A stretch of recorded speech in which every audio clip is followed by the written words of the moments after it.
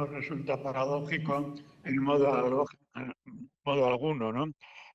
Lo que resulta normal, lo que resulta paradójico es que a nosotros nos sorprenda que el sitio donde se está experimentando y aplicando el capitalismo más feroz y más sanguinario contra los derechos humanos y contra los derechos sociales, el capitalismo más militarizado, el capitalismo más racista, etcétera, etcétera, no entendamos por qué ocurre esto. Esto ocurre básicamente por una razón que tiene varias derivaciones, ¿no? Pero la razón es una. La razón es que la minoría, la clase, la facción dominante de la burguesía norteamericana está decidida a sacar dinero a costa de la vida de la clase trabajadora norteamericana, estrujándola como si fuera un limón, haciéndole trabajar por sueldos de miseria como si fuera un mulo, llevándole a unas condiciones de salud, de higiene, de alimentación, de descanso,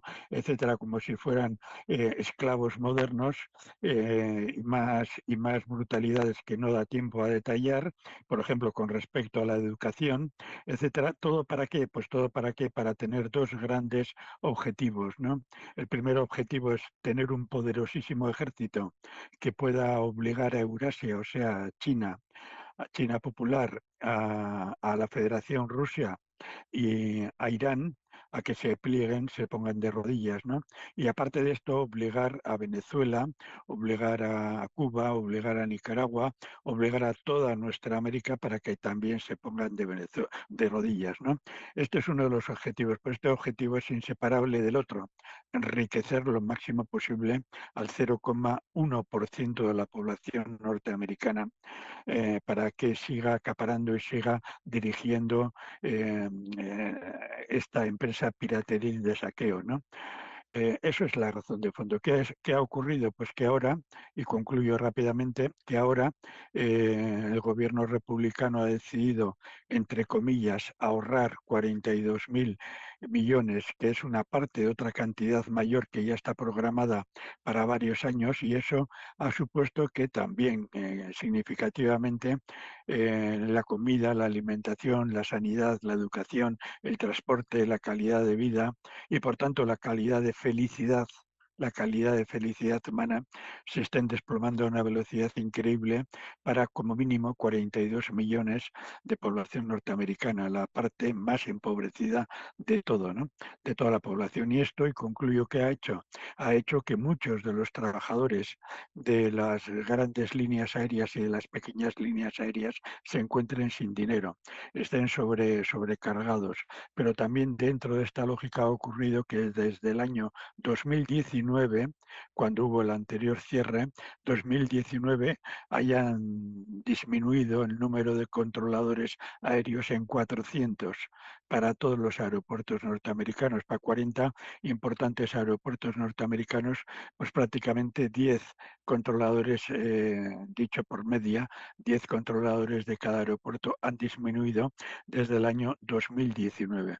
Eso unido al empobrecimiento creciente, hace que muchos controladores aéreos no estén en condiciones de garantizar la vida de las personas que van en los aviones. Pueden cometer, ha subido el peligro latente, probable, de accidentes de avión al acercarse o al salir de los aeropuertos, al aterrizar o al despegar, y los controladores aéreos, que ante todo y sobre todo son seres humanos, no quieren ser responsables de provocar por su cansancio, provocar accidentes que no tienen responsabilidad en ellos, sino en la política de la patronal y en la política del gobierno de Trump de estrujarles, como he dicho antes, como limones, como mulos, ¿no? Y esto ha hecho que muchos aeropuertos cierren como mínimo un 10% de sus vuelos, pero es sabido que si un vuelo cierra, varios más se quedan sin volar porque las conexiones no se pueden realizar, etcétera, etcétera, ¿no? Esta es la razón de fondo. Y concluyo y resumo. La razón de fondo es que en el área concreta de los transportes aéreos de Norteamérica, trabajadores decisivos para nuestra seguridad, como son los controladores aéreos, están siendo sometidos al paro, al desempleo, a sueldos de miseria, a condiciones sociales muy duras, sin coger trabajadores que suplan su puesto de trabajo, y estos trabajadores han dicho que ya ellos no se van a responsabilizar de lo que pueda suceder. Un caso parecido, muy parecido, pasó aquí en la península ibérica, y lo pongo como ejemplo, cuando se estaban restringiendo al máximo los conductores de trenes, sobre todo de pasajeros de alta velocidad, y cuando a la madrugada un conductor de tren de alta velocidad y de largo recorrido que iba desde Galicia hasta Madrid paró el tren en plena noche porque no estaba en condiciones de seguir conduciendo, porque no había podido cumplir las horas de sueño y de descanso estipuladas por ley y por convenio. Le echaron, se hizo un juicio sindical y le tuvieron que reconocer que él tenía derecho a parar el tren porque él sabía que si se dormía al volante un segundo morirían decenas o cientos de personas. Exactamente lo mismo está pasando ahora en Estados Unidos, pero con los controladores aéreos.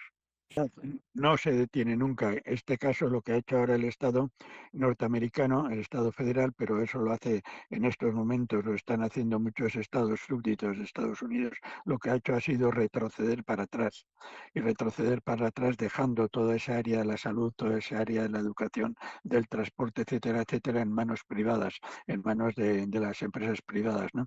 Esta ha sido una de las razones por el triunfo para el triunfo del Partido Demócrata en Nueva York, que ha garantizado que incluso, y esto es textual, incluso los autobuses de Nueva York volverán a tener la velocidad que tenían antes en el transporte, porque hasta eso se está deteniendo y echando para atrás, ¿no? Pero aparte de esto, que es totalmente cierto, aparte de esto hay otras dos cuestiones tremendamente graves, mucho más graves, ¿no?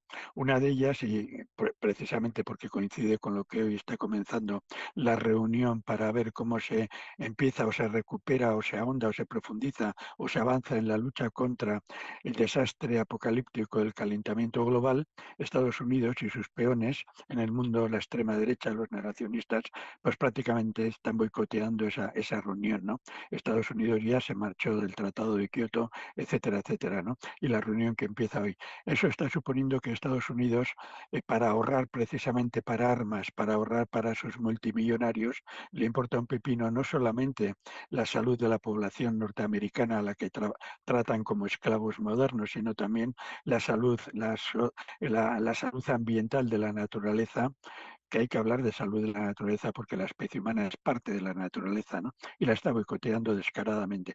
Pero está la segunda parte simultáneamente a esta. Estados Unidos ha dicho que va a empezar a hacer pruebas nucleares que las había suspendido pues prácticamente cuando implosionó la Unión Soviética en 1991. El presidente Bush suspendió las pruebas nucleares, ¿no?